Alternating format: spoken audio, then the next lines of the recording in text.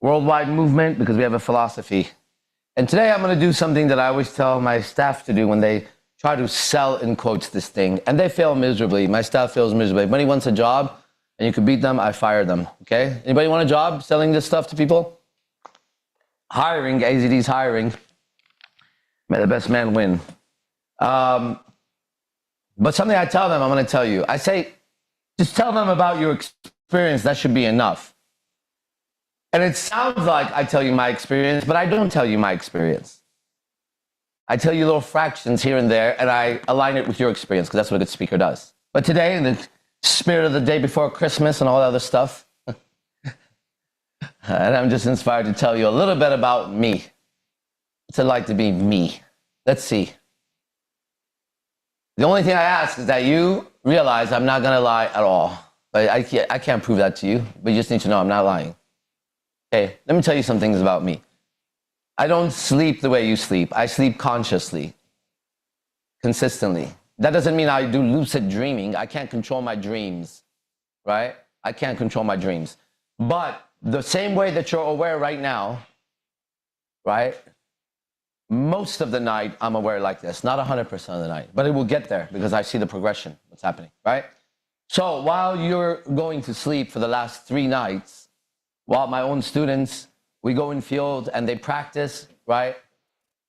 While they're sleeping, I'm continuing my own practice consciously while my body is laying down, unbound by the physical limitations of myself and others. I move through the ether. And I have teachers. So the second thing I want to tell you, come on in. The second thing I want to tell you about me is that I experience higher level beings, entities. I don't know if they're angels. I don't know if they're demons. It doesn't matter. Those are labels. They're higher level beings. Sometimes I think they're a figment of my imagination, but that is saying a lot. It's not saying a little bit. You know, so whatever it is, whoever they are, I experience consistently being in contact 24 hours a day, just like you would be able to call somebody up. I get calls from higher dimensions, and I make calls to higher dimensions. That's what it's like to be me. Also, I walk around as a man with the total confidence that I could have any woman I want if I speak to her. I do need 5 minutes to talk to her, though. If I could sit down and talk to her, even if she was told, he is going to try to make you fall in love with him, I'm going to give you $1 million, don't fall in love with him. I know for a fact that I would be able to make her fall in love with me. Now, I know how much that's worth because every man wishes they had that and every woman wishes they had that. And again, it comes down to, am I telling the truth or am I lying? That's my experience. You do what you will do with it. I also experience having a physical body at 48 years old that I wouldn't trade for any of these guys around me ever. I feel more aesthetic than every man around me, better looking than any man around me, sexier than any man around me, and there's no man that can measure up to my tiny little pinky when I walk around, no matter who they are. That's my experience. That's what it feels like to be me. So let's say last night, we go to a strip club or in Las Vegas. If you walked in with just a fraction of what I said, you would have a lot of confidence. It would be showing. That's true. And saying that about my body, I just saw somebody come on right now. Here is the secret part. I don't go to the gym. Ever. At all. I don't go 1 day a week. I don't go in the middle of the night. I don't go to the gym. Here's another one. I don't do 1 push-up. The body that you see, if I take off my shirt, if I put it on Instagram, I don't do a push-up. I stopped doing push-ups about 2 months ago. Next. I don't watch what I eat as in how many calories I put in, how much sugar it has, how much fat it has. I think that you saying that, you're weak. That's what I think. Because I don't do that. I also barely sleep. Meaning, I go to bed around 2:30 every single night, sometimes 3:30, sometimes 4. And I get up without fail at 7, most of the time 6:30. And this is consistently for the last 5-6 years. Sometimes I get an hour of sleep. I have not recovered. I haven't slept in yet. No. So you need to understand that's what happens here. I have that much energy. So when I listen to trainers speak about shit, when I hear people talk about diets and stuff, I don't believe it because I'm living proof that they're wrong. I'm 100% proof that you actually don't have to go to the gym. Now you go, well, you don't look that great. I do actually. When you turn 48 years old, we will compare. Until then, I look better than you. 100%. 100%. And if you put me next to a bodybuilder who's 48 years old, he's going to have more muscle, but he doesn't look better than me. That's an aesthetic quality. I'm more aesthetic than him. And I think that's the reason why they go to the gym, to be aesthetic. Not only that, when I dance a lot. When I dance, I experience what it's like to worship God. I experience what it's like to freely express myself without any worry on what you, him, her, or it may think. I can hit a certain level in my dance very quickly that actually it won't matter anymore.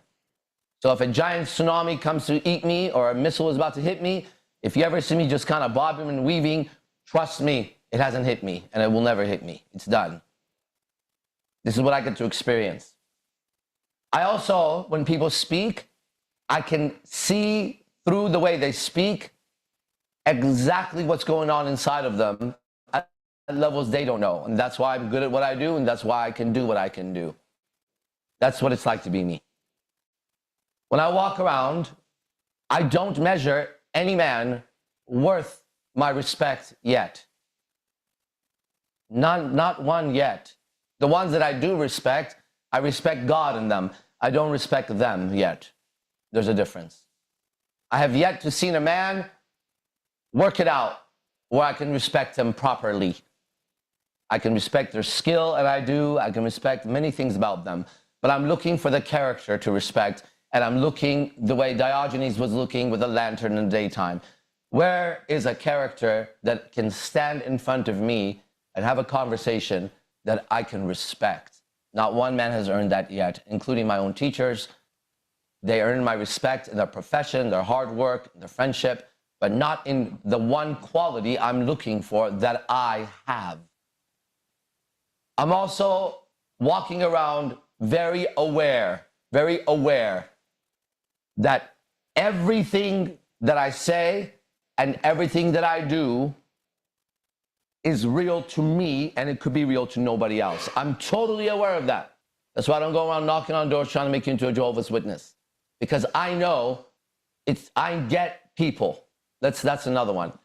I get people. I understand people. I know how they think better than they know how to think. I also know how to treat children, and I've yet to see someone treat children properly according to my standards. I also walk around and think that when people treat animals anything more than an animal, I believe deep inside that there's something psychologically extremely wrong with them, actually, as human beings. Because if I ended up on a planet, that's how I always do it. If I end up on a planet and I saw the inhabitants who clean themselves like we do, wash themselves, they're aware of their breath, their underarms, how much hair is between their legs, all of that, and then they decide to share a bed or food or any kind of an affection any more than that's an animal, and I'm a human. When I see that, I would think that that one human has something very wrong with them. And I know I'm rare in thinking that. I'm rare in thinking everything I think. So those are my judgments. I also think that every single woman is capable of leaving her man, no matter what she says, no matter what the circumstances, no matter what the situation. I don't believe that a woman has inside of her what a man has inside of her, which is what we call loyalty. I don't believe the woman to be loyal in any way, shape, or form, because I know for sure I could come up with certain circumstances that would break her loyalty, no matter what. On the other side, I know one thing for sure, my loyalty will not break. There's nothing anybody can do about it. And that difference between me and a woman makes me greater than her in my mind and in my eyes and in my value as a person, because she's only available until she's not. But should I give my word, I'm available until never, forever. So these are just little pieces of how I feel. I wish you had a lie detector test. You would at least know that I'm convinced of what I say. I'm not lying to me. Now you have to take it. I also know that sooner or later, at some point, we all die. I've faced it. So I don't have the same anxiety other people may have, not knowing they have an anxiety about it. There's a difference. You don't even know you have anxiety about death because you don't look at it. That's how anxious you are. You can't walk into a room with the smell of weed because you've been sober for 25 fucking years and you can't smell weed. You're pathetic. I don't want sober. That's not being sober. So you can't smell death around you, or you're obsessed with it in some psychotic way by listening to music that just reminds you of death. And I don't think you're healthy either way. I think a healthy human being has very specific qualities. And I believe I'm extremely healthy as a human being, as a spiritual being. For this reason, I believe I could have any woman I want because she's attracted to true survival value. Survival value. And sooner or later, in that chess game, I will win, no matter what. Now, the best part of it is that everything I claimed, I'm the one that tries to disprove it every day of my life for as long as I've become aware. So, I also know that I've done the work and that you are just another number in an infinite number that I've defeated already. I know that I play the game, already I won. I don't play to win. I have already won the game. Otherwise, I wouldn't be even playing the game. There's a lot more in me, and if I kept going, you would understand why IMC Nation grows the way it grows. Why? It's because it's been me making a YouTube video and writing statuses that brought people here a long, long time ago. I believe you should keep your friends close, but your enemies closer. I do believe in that, and I do live by that. You should know that. Very aware of it. I believe that people that write books can fall into three categories. One, they're just liars, and anybody could go now, Google anything and write about it. Two, they're only scholars and professors that have never done the work. This would be like a real skinny person with no muscle or whatever that goes and studies 10 years of body physiology and how muscles grow, then writes a book on how you should eat as a bodybuilder and all that. A person, the ivory tower, the philosopher. They sit in the ivory tower, they have no idea what's going on, and they tell the world what to do. And then there's a third kind of person, the person who walks the talk. He's writing the map of the terrain as he's walking in the terrain, right? And it looks different when you walk in the jungle than when you look at the jungle from anywhere else. That third type, I am, and that third type is hard to find. They're around, for sure. They're hard to find, difficult to find. I also believe, for conclusion, let me see the time. Okay, then we'll play a little audio for you and that's it. I also believe that should you have heard every word I said, because you were here, you're going to be damned, like damned to a very bad existence should you do anything besides do everything you can to learn what I'm teaching you after you heard these words. I want you to know that. And that I am capable of hatred. I'm capable of hatred more than probably you are because I'm capable of love more than you are. A different kind of love. The kind that has an opposite. That's the one I'm talking about. Intensity, volume, that one. Right? And so I have a hatred, a true hatred from the depth of my soul for any person, especially any man, who hears this shit and doesn't commit themselves to it. If I could truly, truly wish hell upon you for eternity, it would be my pleasure on my mother and father's life to wish you damnation. So you should know that about me before you come anywhere near me with that half-assed bullshit that you do. Okay? I can't stand you. I despise you from the depth of my gut. And any woman who's ever known me, who didn't get with me, I feel the same about you. I wish eternal damnation on all of you. That's actually the end of my lecture. IMC Nation, be the best and fuck the rest. See you guys. Oh,